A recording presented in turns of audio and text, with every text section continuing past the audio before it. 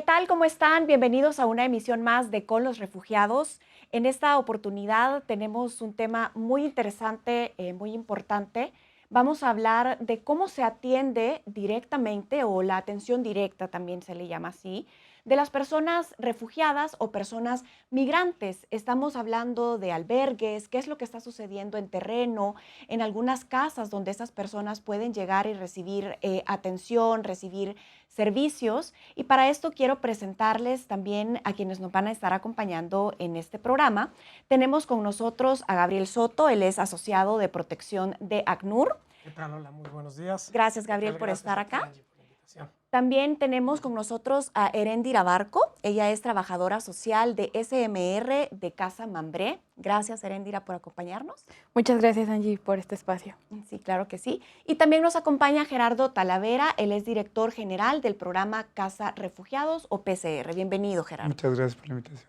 Sí, claro que sí. Estamos compartiendo diferentes temáticas en este espacio de Con los Refugiados. Hemos en oportunidades anteriores hablado de género, de inclusión, hemos hablado de, por ejemplo, cuál es la manera de accesar a la justicia de personas migrantes y refugiadas, asesoría legal, y pensamos dedicar este nuevo espacio para hablar sobre la atención directa, que es un trabajo compartido.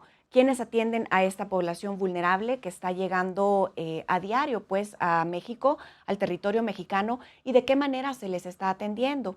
Quisiera comenzar hablando con Gabriel para que nos cuentes un poco sobre la red de albergues o de qué manera se articulan unos albergues con otro. ¿Cuál es, digamos, esta forma de trabajar entre ustedes? Muchas gracias, Angie. Sí, pues bueno, yo estoy muy emocionado por poder participar en este espacio y también hablar de esta red.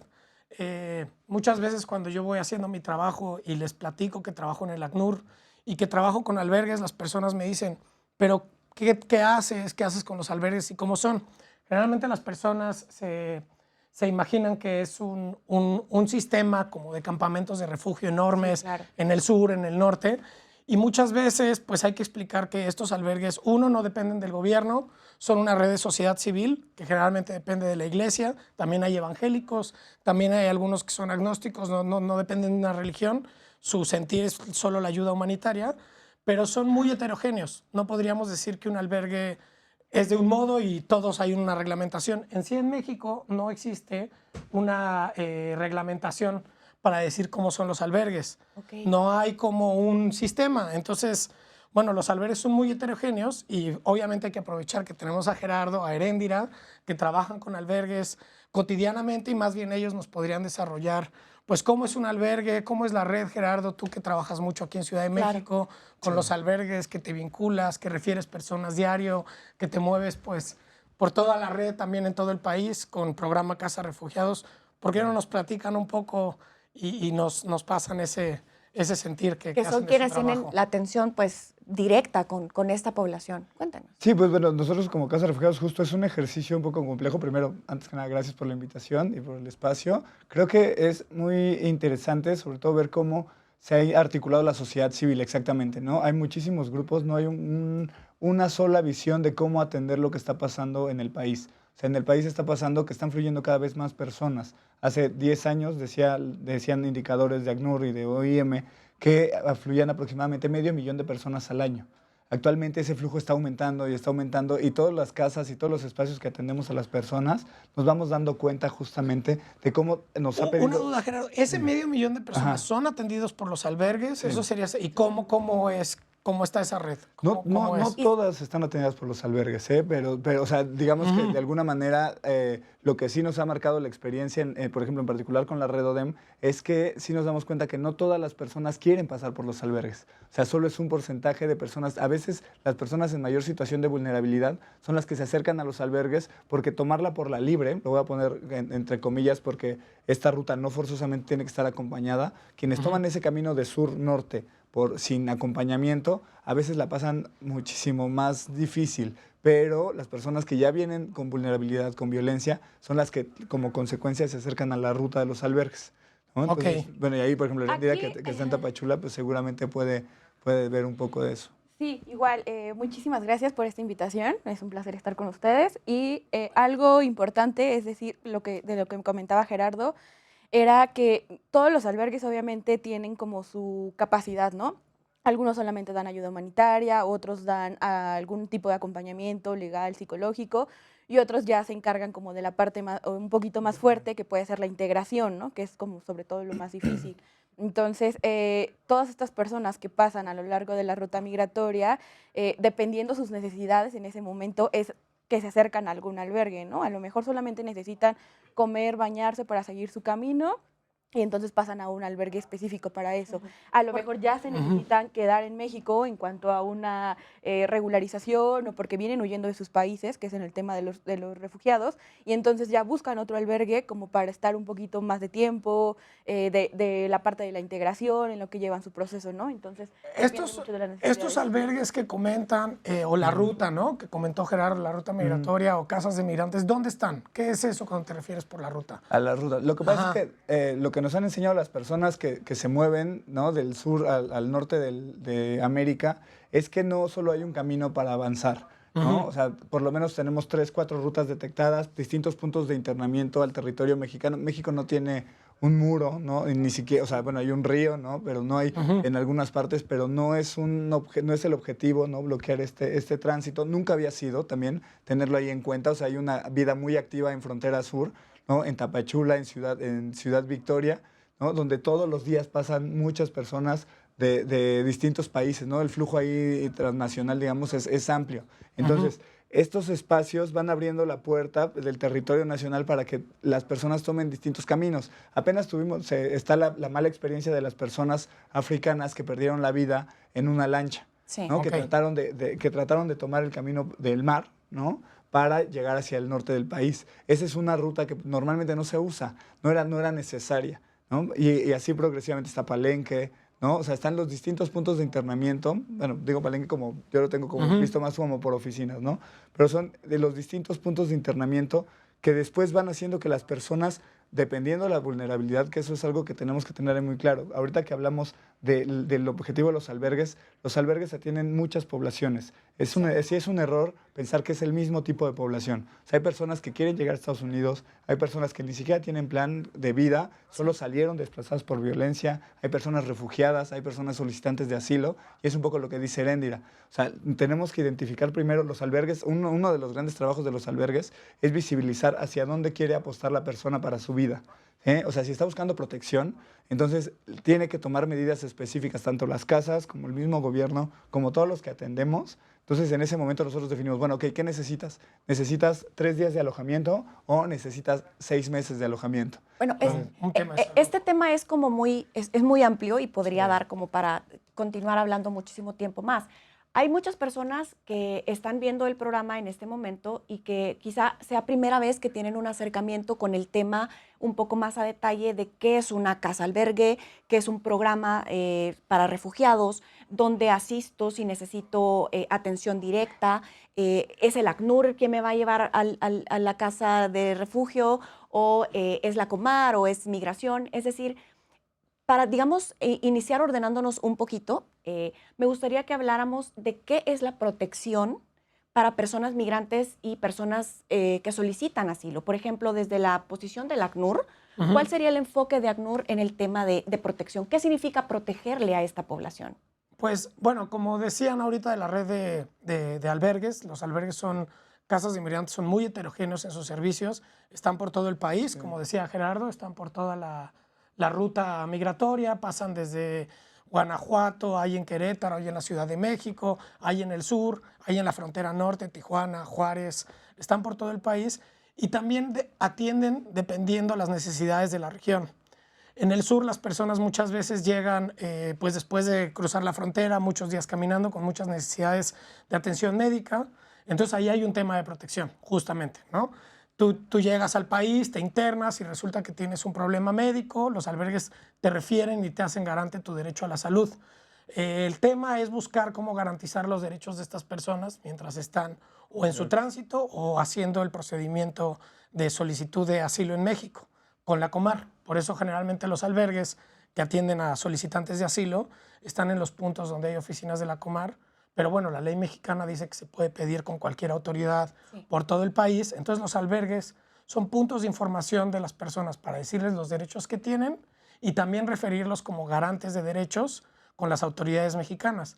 Y esto es bien importante porque los albergues hacen un tema de garante de derechos, pero no son parte del Estado. En sí son sociedad civil y a veces se enfrentan a muchos problemas de no tener financiamiento y tener que garantizar todos estos servicios de protección.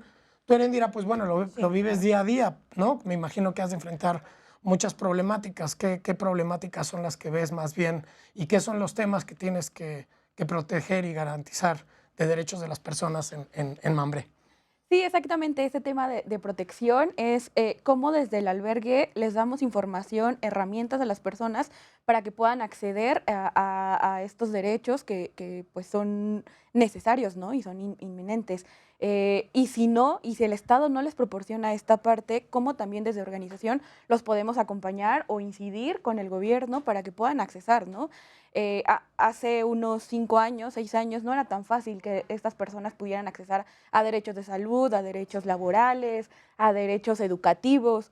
Ahorita poco a poco hemos visto que pueden ser un poco más Sigue siendo accesibles, todo un reto. pero Igual. sigue siendo todo un reto, ¿no? Entonces, ¿cómo desde los albergues procuramos que estas personas accedan a estos derechos y que no se queden en el no me lo permitieron y entonces, bueno, pues ya ni modo, no puedes hacer nada, ¿no? Y yo, por ejemplo, ahí también sumaría un poco, hacer esta distinción importante cuando hablamos de protección, justamente, hablamos de algo que es la salvaguarda de la vida, ¿no? Muchas de estas personas que pasan, sobre todo del sur, te digo, también hay reconocer que el tema de refugio en México es una problemática o una temática que abarca más de 60 nacionalidades. No nada más es este tránsito de personas que vienen de países del Triángulo Norte de Centroamérica y que avanzan por el territorio mexicano. O sea, hay 60 nacionalidades, hay distintos idiomas, hay distintas complejidades, color de piel, alimentación, temas de salud, narrativas, ¿no? Los idiomas. Entonces, eso es muy importante tomarlo en cuenta. ¿Por qué? Porque estas personas que llegan de distintas latitudes, lo primero que tienen que hacer es salvar la vida,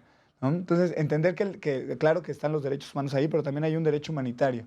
El Estado, el gobierno mexicano, ¿no? Tiene la obligación de proteger, también digo, es un mandato del ACNUR, Sí, ¿no? claro. Pero también es un mandato del Estado mexicano, ¿no? Entonces, hay un deber humanitario de proteger la vida de las personas. Eso es algo que que tiene como obligación los estados y ahí es donde nos articulamos todos, porque pues, no solo lo está haciendo el Estado o no tiene las capacidades, porque pues tampoco tiene los recursos para colaborar para dar toda la salvaguarda de esto. Entonces, ahí colabora ACNUR, colaboramos la sociedad civil, colabora gobierno, para que a lo mejor los albergues se encargan de temas de alojamiento, el gobierno a través de los servicios públicos se encarga del tema de salud básica o salud ya de segundo nivel, ¿no? Otras organizaciones que no somos albergues nos encargamos a veces del acompañamiento, de la inserción, de los programas de integración, pero que ahí de alguna manera primero atendemos la vida, que eso es algo importante cuando hablamos de protección. O sea, entender que lo primero que se necesita es que las personas no esté en riesgo su vida. Entonces, Y que por eso vienen huyendo, pues claro. de exacto. hecho. Y de lo que preguntabas, ¿qué hace el ACNUR? ¿No? ¿Qué hace con esta red de albergues de sociedad civil que protege a las personas en tránsito y que solicitan asilo?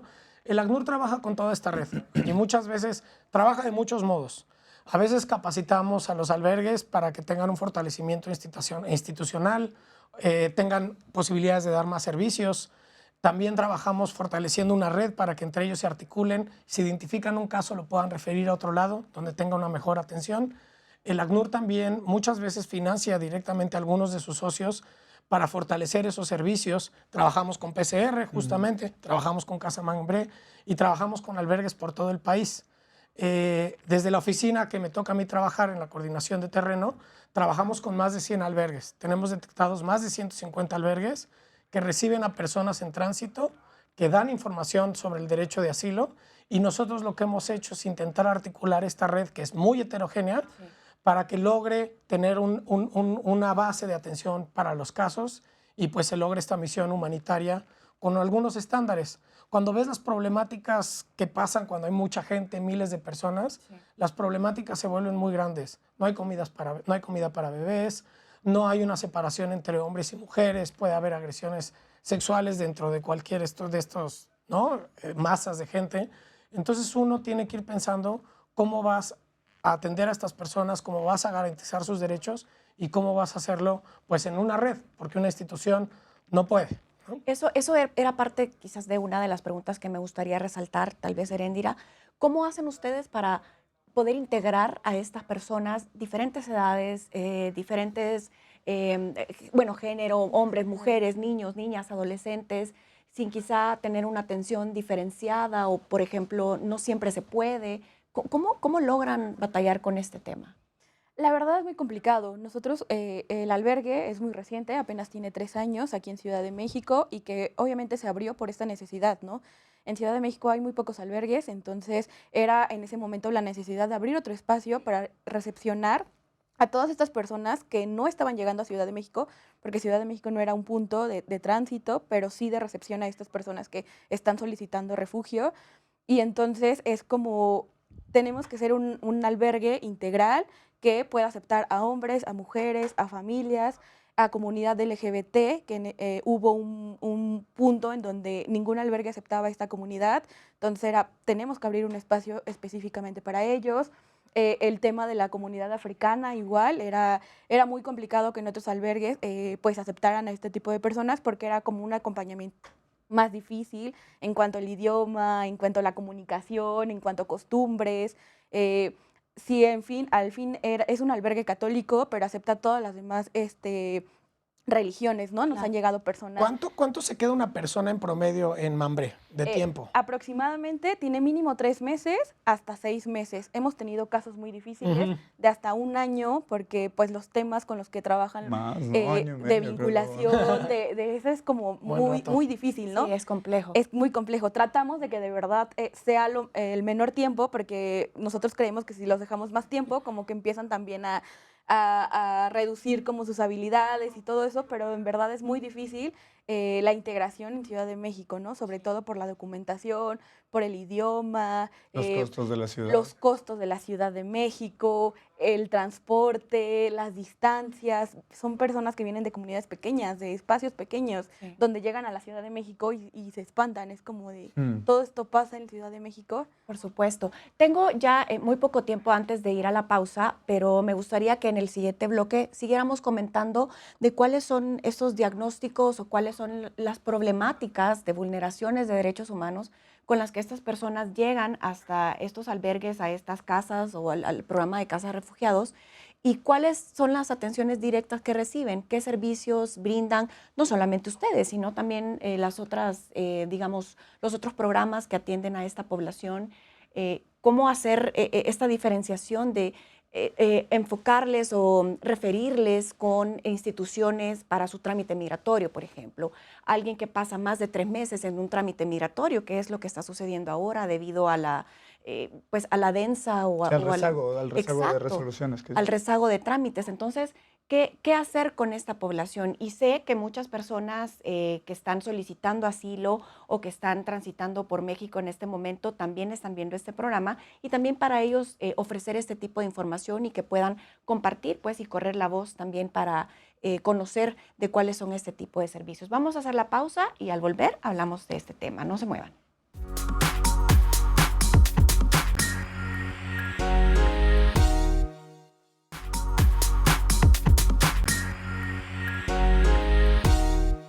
Gracias por continuar con los refugiados en este espacio donde estamos hablando de la atención directa para personas solicitantes de asilo, refugiadas o personas migrantes. Estamos conversando con ACNUR, con Casa Mambré, SMR y con el programa Casa Refugiados. Desde el enfoque de ACNUR, me gustaría, Gabriel, que nos apoyes haciendo un resumen de lo que hablábamos en el bloque anterior. Sí, pues bueno, lo que planteamos es que la red de albergues es muy heterogénea, dependen muchas veces de sociedad civil, de la iglesia, de evangélicos, hay más de 150 albergues en el país. No existe una norma para decir cómo deben de ser sus servicios, son muy heterogéneos, la gente a veces queda 3 días, a veces queda 1 año, como nos estaba diciendo ahorita también Erendira, pero lo que queríamos saber es que estas redes cambian por la región. Aquí en la Ciudad de México, que es una ciudad enorme, con millones de personas, que decías que muchas vienen de contextos rurales, ¿no? Las personas que vienen migrando, ¿cómo se encuentran en esta ciudad? ¿Cómo tocan con Casa Mambré? ¿Cómo tocan con programa Casa Refugiados? ¿Y cómo es que ustedes trabajan en un contexto también tan difícil? Claro. ¿No? ¿Cómo Bien. es? Una breve reseña y ahorita ampliamos el diálogo. La realidad es que la Ciudad de México ha tenido una capacidad, primero nosotros la asumimos como una isla de derechos. ¿No? Lo que pasa en Ciudad de México no pasa en todo el país. Sí. ¿No? Hay cosas atípicas. Primero, los flujos. ¿no? A entender que el Aeropuerto Internacional de la Ciudad de México es un punto de internamiento también, es una frontera, Claro. para que lo entendamos en Sí. palabras muy básicas. Entonces los flujos se diversifican. Lo que a nivel nacional el 80%, 60% de atenciones son personas de Centroamérica, en Ciudad de México solo es el 35%. ¿No? Entonces, entender que hay otro 65% de otras poblaciones que no son lo que estamos acostumbrados a escuchar de la ruta migratoria. Eso es importante. ¿Por qué? Porque a través de eso, la sociedad civil nos empezamos a articular desde más o menos 2012, 2013. Se hizo una red de atención de la Ciudad de México, donde las organizaciones, también hay miles de organizaciones, ¿no? En Ciudad de México, de la sociedad civil, que tocamos distintos temas. Pero somos muy poquitas las que hacemos atención directa a personas solicitantes de asilo y refugiadas y personas en movimiento.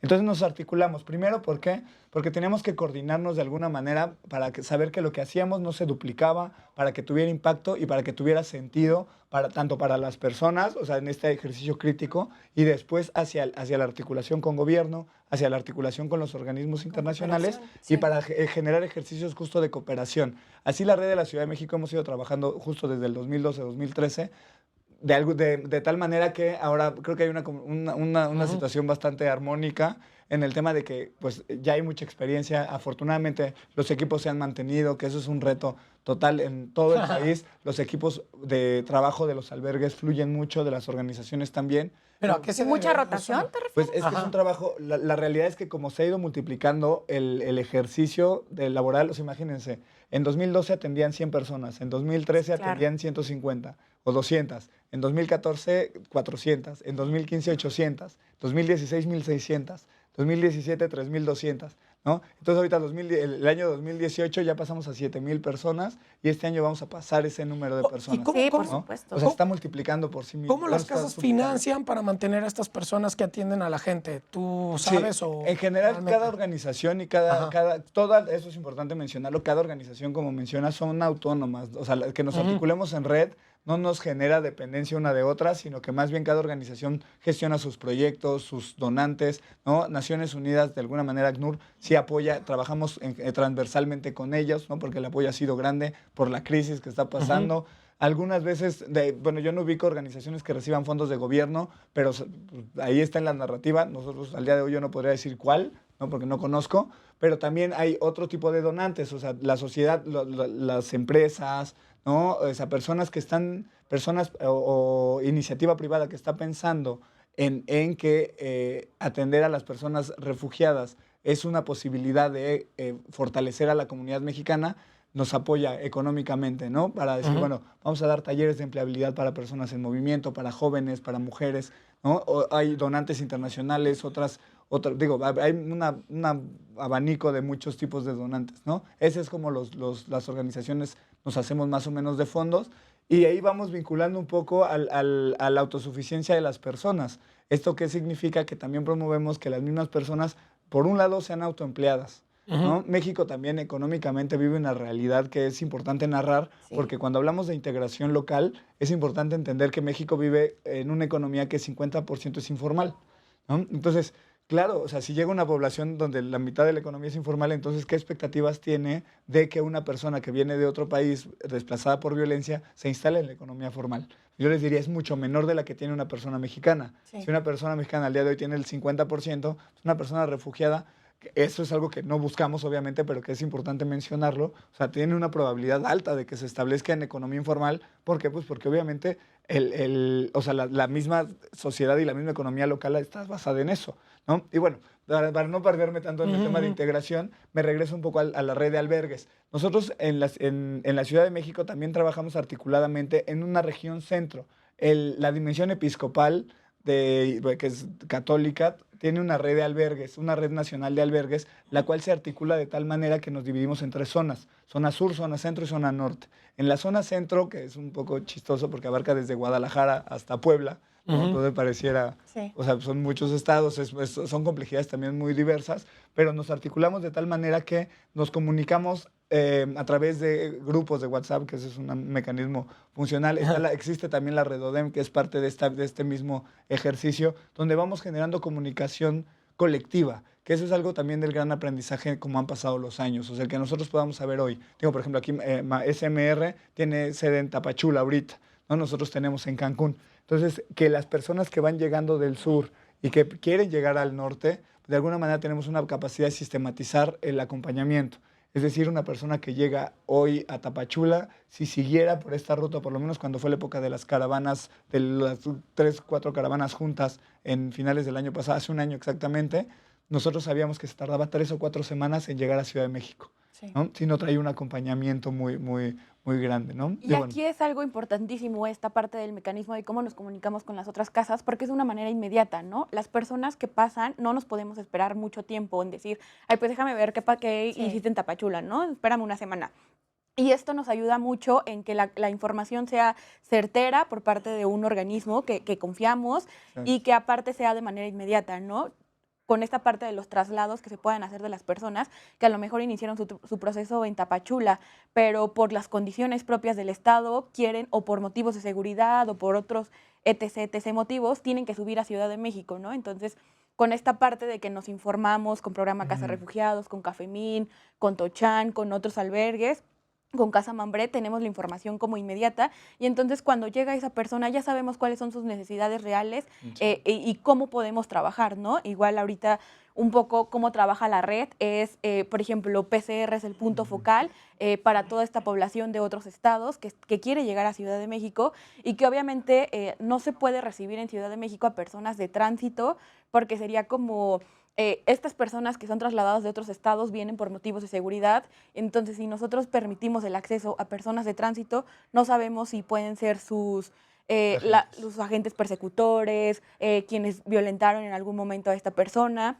Entonces, por eso tenemos que tener puntos focales, que en este caso es Programa Casa Refugiados, que ellos, como son parte de la red ODEM, pues buscan a la persona, pueden decir, bueno, esta persona puede, con estas características puede ir a este albergue, otra persona, otra familia con estas características pueden ir a ese albergue, que también a eso es lo que tratamos en Ciudad de México, ¿no? Que estas personas no anden como de albergue en albergue y que desde el principio sepamos cuáles son sus necesidades y trabajar, ¿no?, con ellas.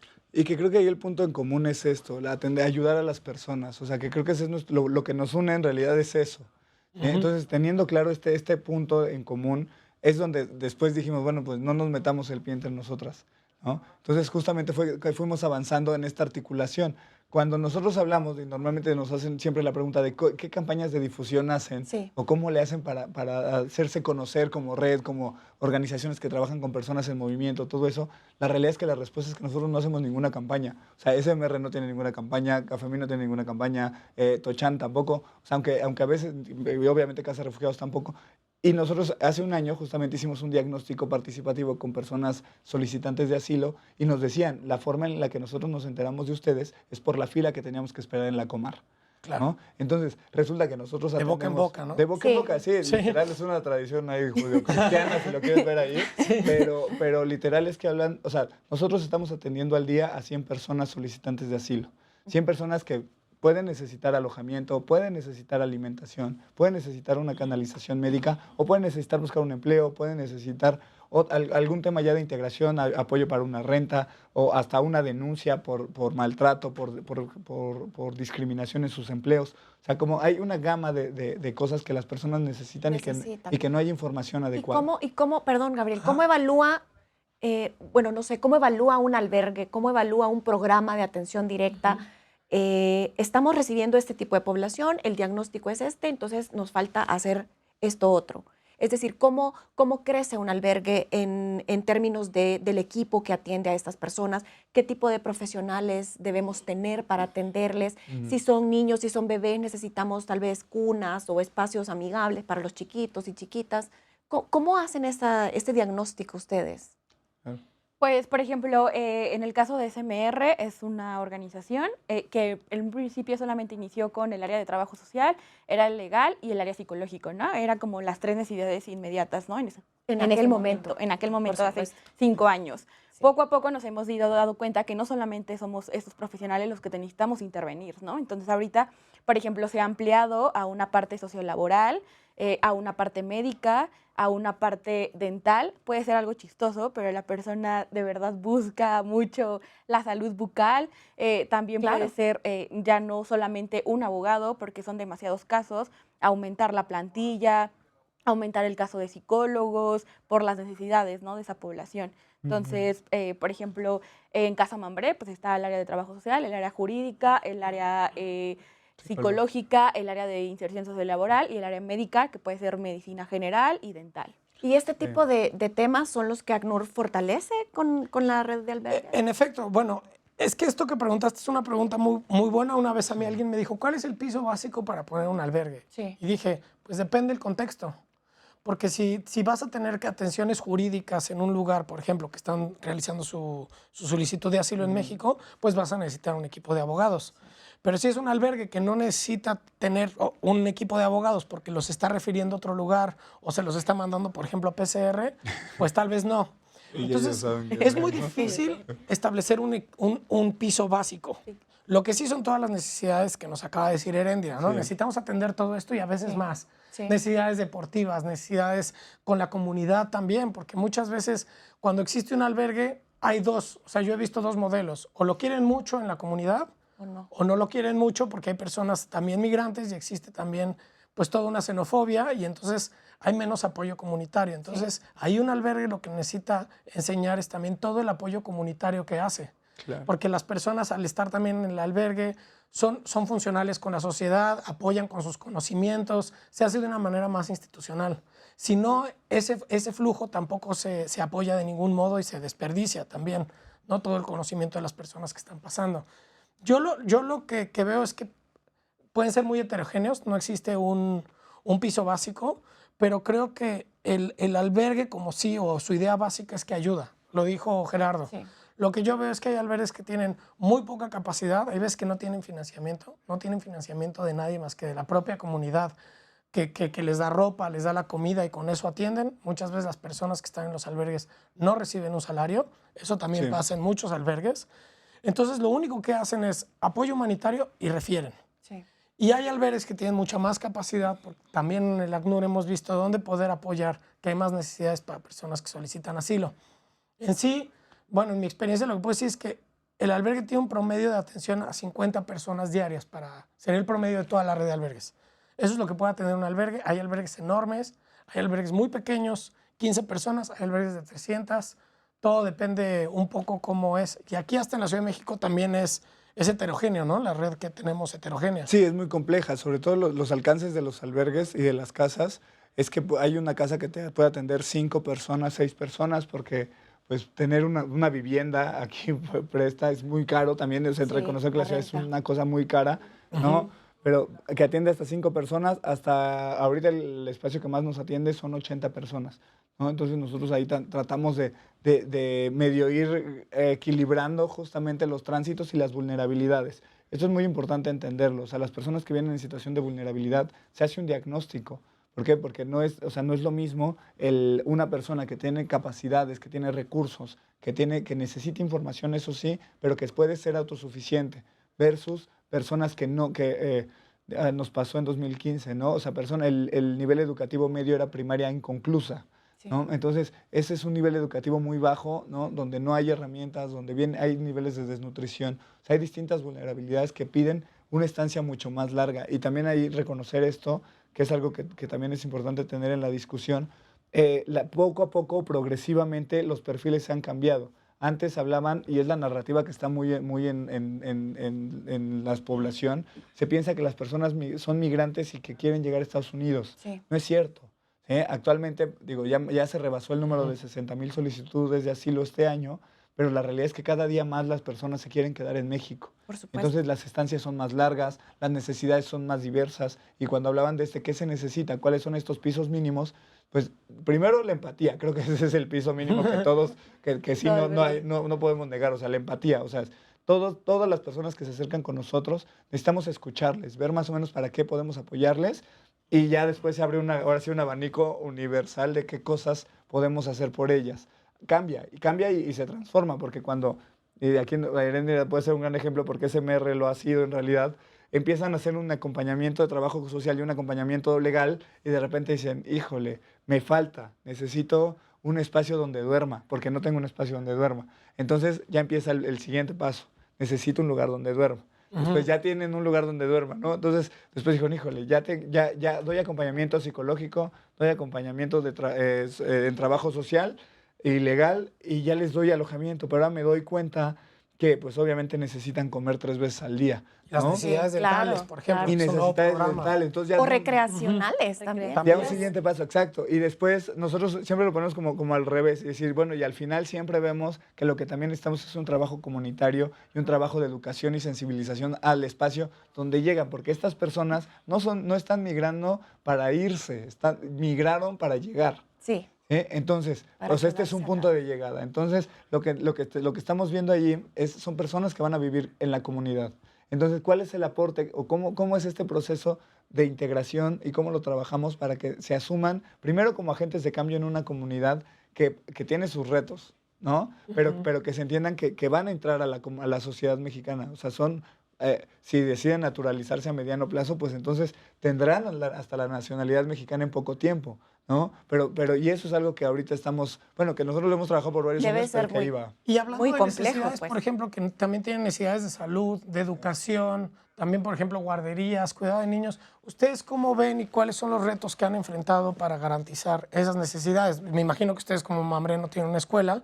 Entonces, ¿cómo es un Nos poco...? falta la escuela. No les digas Sí, porque ahorita ya la nota. Hay que hacer un estado, ¿no? Y tal vez voy a tomar un segundito porque tenemos que hacer una pausa en este momento, pero al volver a Con los Refugiados, quédense con nosotros para escuchar precisamente cómo le hacen para resolver este fenómeno. Primero, al interior del albergue, entre la dinámica intercultural y de diferentes tipos de perfiles, y luego cómo hacer con este grupo para integrarlo a la comunidad que les recibe o incluso a otras comunidades en otra zona del país. Ya volvemos.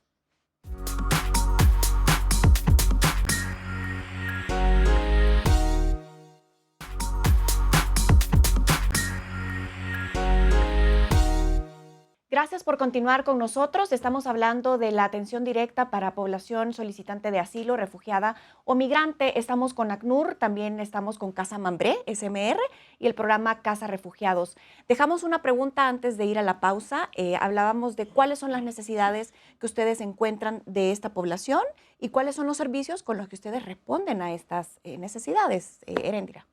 Bueno, como ya explicaba, SMR, aparte de dar el acompañamiento humanitario, que sería el Casa Mambré, existe el Centro Pastoral de Derechos Humanos, que somos los profesionales que trabajamos directamente con esta población, ¿no? A lo largo de estos 3 años, 5 años de la organización, nos hemos dado cuenta de muchas dificultades, ¿no?, que enfrentan tanto los migrantes como los solicitantes de refugio o ya refugiados, y que al paso de los años van incrementando, ¿no? Antes a lo mejor las necesidades anteriormente eran necesidades de acceso a la justicia, de salud, de alguna regularización, y que poco a poco ha ido incrementando esto por el contexto que comentaba Gerardo, y también porque están decidiendo quedarse en México, ¿no? Entonces, alguna de estas problemáticas a las cuales nos hemos enfrentado es que dependiendo de los tiempos en que llegan las personas o las familias, no están permitiendo el ingreso a las escuelas porque dicen que no traen un documento, porque no traen alguna otra cosa. Algo que nos identifica a nosotros como mexicanos es la famosa CURP. Sí. Y entonces que eso ha sido todo un dilema porque estas personas no tienen un CURP, y entonces la situación que se manifestaba es que no son mexicanos y no van a tener un CURP, ¿no? Ya poco a poco se ha ido mejorando esta situación. Ahora pueden acceder a un CURP, pero aún así las escuelas siguen teniendo como sus problemáticas de sus reservas, ¿no? Otro problema que nos hemos enfrentado es, por ejemplo, las madres que están embarazadas aquí en México y que dan a luz en México. El problema del registro es súper difícil porque si no tiene un pasaporte no te lo registran, que si se equivocaron en el acta de alumbramiento, que si el papá no está aquí, que si no sé qué. Entonces eso también es una problemática que hemos visto. El tema del trabajo, como ya lo comentó también Gerardo, es algo muy difícil, sobre todo porque pues o tienen un perfil muy grande o tienen un perfil muy pequeño, ¿no? Entonces integrarlos es súper difícil. Y mientras tanto ellos al interior del albergue recibiendo atención directa de parte suya, o sea, sí es como bien complicado pues el tema. Sí, claro, digo, Pensar que los retos mismos de una población mexicana en una ciudad tan compleja de 24 millones de personas que transitan todos los días, sumando a una persona que en movilidad, que viene desplazada por violencia, por persecución a veces, ¿no? Se vuelven retos complejísimos. Quizá no hablan ni ¿no? el idioma. Que muchas veces no hablan el idioma, que no, obviamente no comparten las tradiciones, todo este tipo de cosas. Los albergues se vuelven fundamentales porque se vuelven este primer espacio urgente de contarles dónde están. ¿No? Nosotros, por ejemplo, a través de talleres, parte de cómo vamos paliando Claro. estos retos es, bueno, vamos a contarles qué es subirse al metro, ¿no? Vamos a contarles cuánto tienen que gastar, cuánto no tienen que gastar, o prevenir un taxi o prevenir un transporte que a lo mejor les pueda sacar dinero. O sea, todo este tipo de historias, o sea, enfrentarlas, confrontarlas, narrarlas, que las personas las conozcan. ¿Por qué? Porque si no se vuelve una angustia también. Ahí hablar de la consecuencia psicológica que tiene la movilidad humana por violencia y después en una ciudad estresante como la Ciudad Sí. de México. Entonces va teniendo ahí sus consecuencias y sus retos. La integración es fundamental. Ahorita lo que menciona Heréndira, ahí en nuestra palabra de fondo que usamos siempre es cómo hacemos campañas de educación y sensibilización de educación para la paz para personas mexicanas. O sea, el hecho que un servidor público no sepa que te tiene que recibir a un niño en una escuela, porque es la obligación de todas las escuelas recibir a la niñez para que estudie. Sí. Entonces, ese es un tema de información, ¿no? Es un tema Claro. de que la persona tiene que tener empatía y es un tema donde nosotros como mexicanos que estamos ya aquí, que digamos que estamos en el privilegio, ¿no? Instalados en un privilegio que es ser locales, ¿no? Inicialmente, es cómo le hacemos para que esa posición ayude a que las otras personas también mejoren sus condiciones de vida. Y eso es algo que tenemos que trabajar como reto, ¿no? Y Y una que también duda, el ACNUR pues vela también por ese tema. yo tendría una duda aquí, porque bueno, hace unos años se decía que las personas que migraban era el hombre solo, que buscaba un trabajo, ¿no? Pero actualmente lo que hemos visto es que son muchas más mujeres con familia que salen huyendo. ¿Eso les ha representado otro reto? ¿Consideran que es otra necesidad y problemática? Y lo otro también quería preguntarles es, bueno, creo que lo que nos decía ahorita Erendira es que al final las casas de inmigrantes son como una familia, que la primer familia que reciben están llenas de empatía, y creo que también la comunidad mexicana lo hace muchas veces. Como decía, los albergues lo que hacen es que apoyan a las personas, buscan ropa de la comunidad y les dan bienes. Entonces, en todo esto, ¿ustedes creen que podrían recibir un apoyo de la comunidad? ¿Y cuáles son los retos con este flujo que han experimentado? ¿Y cómo la gente puede ayudarles? Porque estoy seguro que mucha gente que nos está viendo se está preguntando más bien, bueno, ¿y cómo puedo llevarle ropa a estas personas? ¿O cómo puedo llevarles un poco de comida? Y si es posible, eso es lo que... O siempre quizá pensamos en ropa, primero ropa o comida, y probablemente las necesidades más urgentes en algunos momentos sean otras. En efecto, igual Tal vez estoy... yo tengo alguna habilidad que pueda, pero ¿cómo hacer esto que pregunta Gabriel? Es algo súper importante el tema que acabas de tocar. Los flujos migratorios van cambiando, ¿no? Al principio eran puros hombres, después ya empezamos a ver las familias completas, después a madres con niños. Ahorita ahí volvió el boom de los niños, niñas, adolescentes no acompañados, que estamos recibiendo demasiados adolescentes no acompañados. Entonces también los albergues tenemos como esta parte de irnos creando, renovando, porque no es lo mismo acompañar a un hombre que acompañar a un adolescente, Sí, claro. que acompañar a una mujer Claro. con sus hijos, ¿no? Entonces, Pero- ese es el Y esfuerzo. puede ir a trabajar muchas veces. Aquí antes de que Difícil. sigas con tu respuesta, perdón, sí me gustaría hacer un paréntesis, porque hace rato que mencionas justamente la no regulación de albergues para adultos, personas en movimiento. Sí hay una normatividad para albergues que atienden niñez, y por otro lado es que hay un tema completamente fuera de esta plática que tiene que ver con los espacios de niñez, que son Claro. completamente insuficientes y que sí deben de tener estándares, y que la realidad es que el gobierno está saliendo de la chamba haciendo uso de las redes de albergues. Sí, ¿No? claro. O sea, Ok. como decir, a ver, hay un trabajo de Estado donde tienen que asegurar que la niñez tenga el interés superior de la niñez se ejerza. ¿no? El gobierno se apoya en los albergues. Sí, Sí, pero claro. mal, pero no lo debe de hacer. O sea, no Ok. así.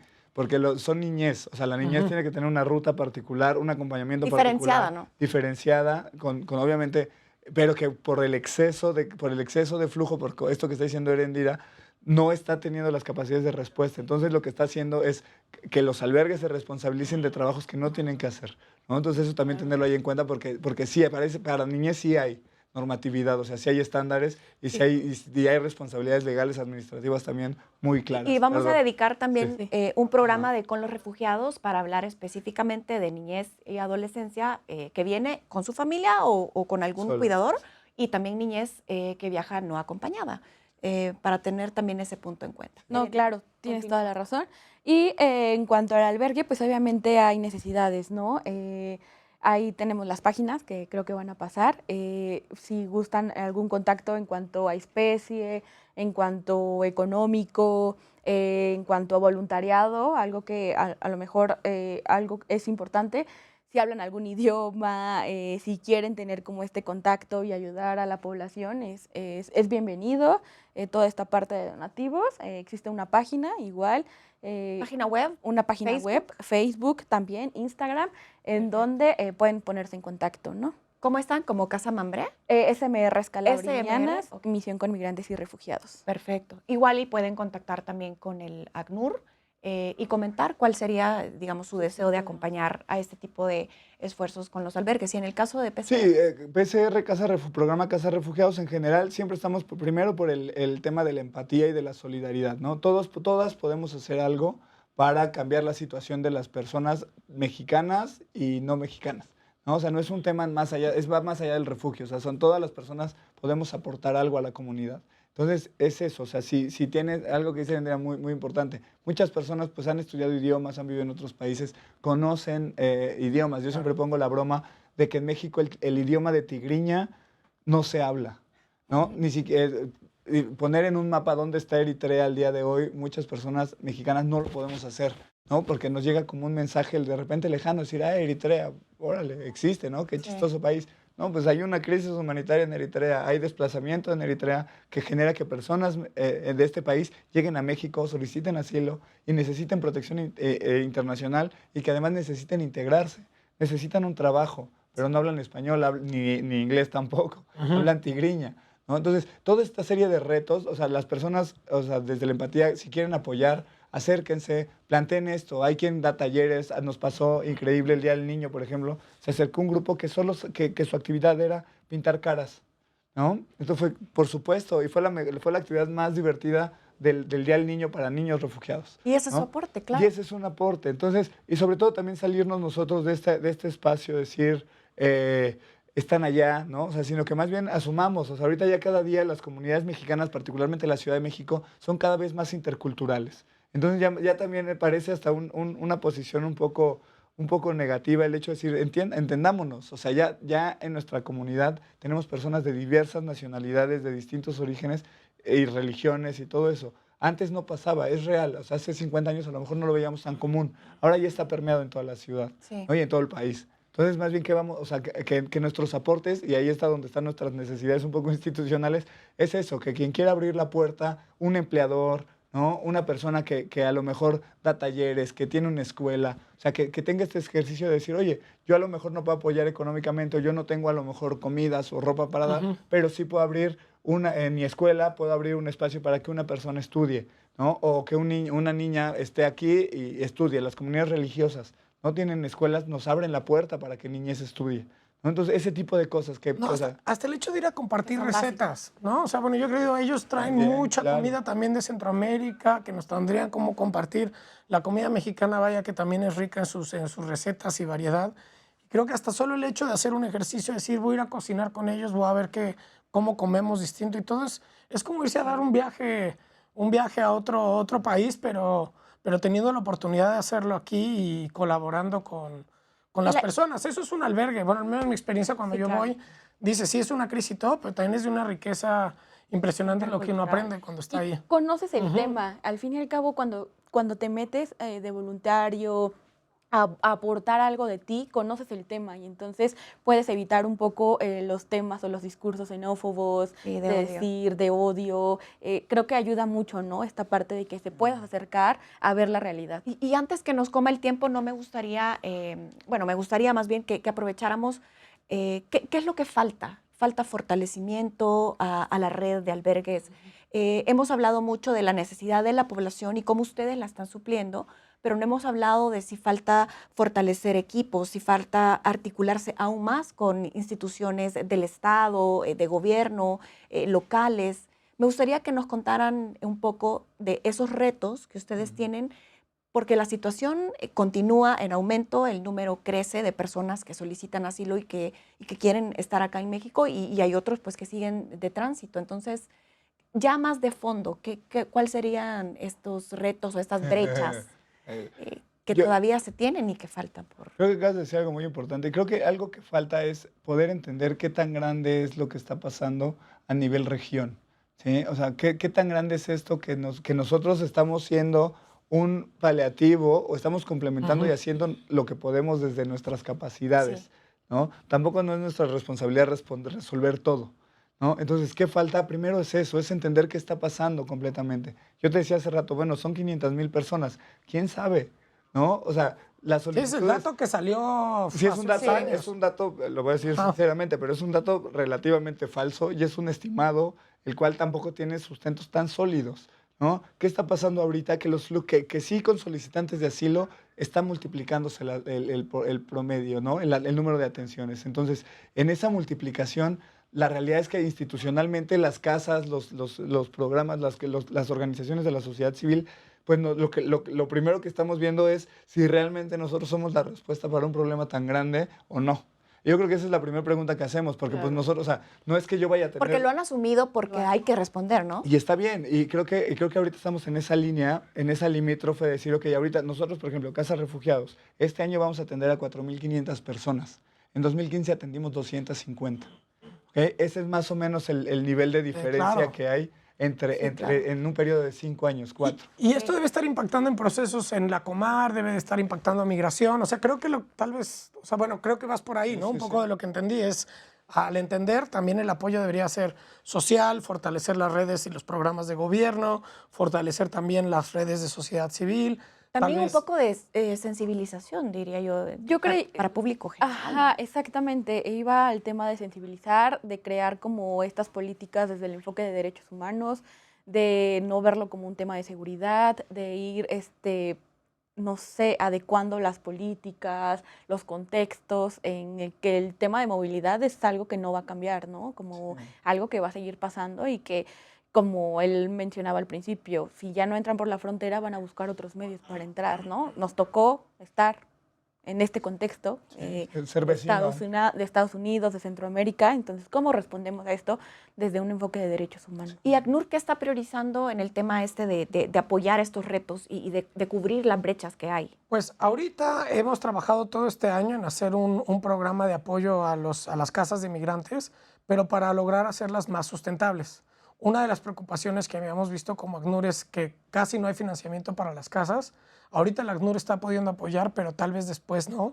Entonces ahorita lo que hemos estado haciendo es, desde una perspectiva de protección transversal todo el tiempo, ver cómo las casas están atendiendo a las personas, pero también muchas veces las casas, el dinero que tienen, el recurso se les va en pagar servicios. Pagar luz, pagar el agua, Ciudad de México el predial de la Ciudad de México, la renta. Algunos son un lugar que rentan, no tienen ni siquiera una propiedad y luego ya ni siquiera pueden pagar los salarios. Entonces, una de las cosas que estábamos haciendo este año, que hemos trabajado con casas de migrantes, hemos ido a más de 50 casas, las hemos ido visitando y lo que hemos intentado es ver qué problemas y gastos tienen para poder ahí hacer un apoyo que sea más sustentable y entonces que los recursos que las casas de inmigrantes logran por medio de la comunidad más bien se vayan a aquellos en servicios. Sí. Y también vamos a hacer, eso fue el trabajo de este año, pero la meta luego sería poner todas las capacitaciones y fortalecimiento de personal para que entonces sí sea con estándares de protección internacional en los servicios y no tengan un gasto tan alto, porque el problema, como dice Gerardo, es que han tenido que pasar de 250 en 2015 a 4,000 y eso pues en gasto de alimentar 4,000 bocas al año no es, Sí, no es una tarea. es una tarea fácil. Por supuesto. Y esos muchos recursos, hay veces que sí tienen apoyos algunos de comidas del Estado, despensas, pero hay veces que es la misma comunidad que les cocina una olla y se ponen afuera de la vía y órale, ¿no? Sí. Arroz y frijol, 400 al día. Entonces, lo que haría falta es ver cómo hacerlo más sustentable, o esa es la perspectiva con la que hemos trabajado y con energías también sustentables. Muy bien, bueno, pues el tiempo se ha ido prácticamente volando. 1 hora que hemos estado conversando de un poquito, al menos, de la atención directa a la población migrante, población solicitante de asilo, población refugiada. Han habido muchos retos que compartir, muchas experiencias y también mucha pues gratitud de lo que ustedes sienten de trabajar también con esta población y estar aportando pues un granito de arena a esta temática. Les agradezco mucho que nos hayan acompañado. Gerardo, muchísimas Muchas gracias gracias. por la invitación. También Heréndira nos acompañó de Casa Mambré. Muchísimas Gracias. Y también Gabriel Soto estuvo con nosotros de parte de ACNUR como asociado de protección. Nos veremos hasta la próxima emisión de Con los Refugiados. Pueden seguir también las redes sociales para mantenerse informados de cuáles son los temas que estamos abordando. Cuídense mucho. Hasta la próxima.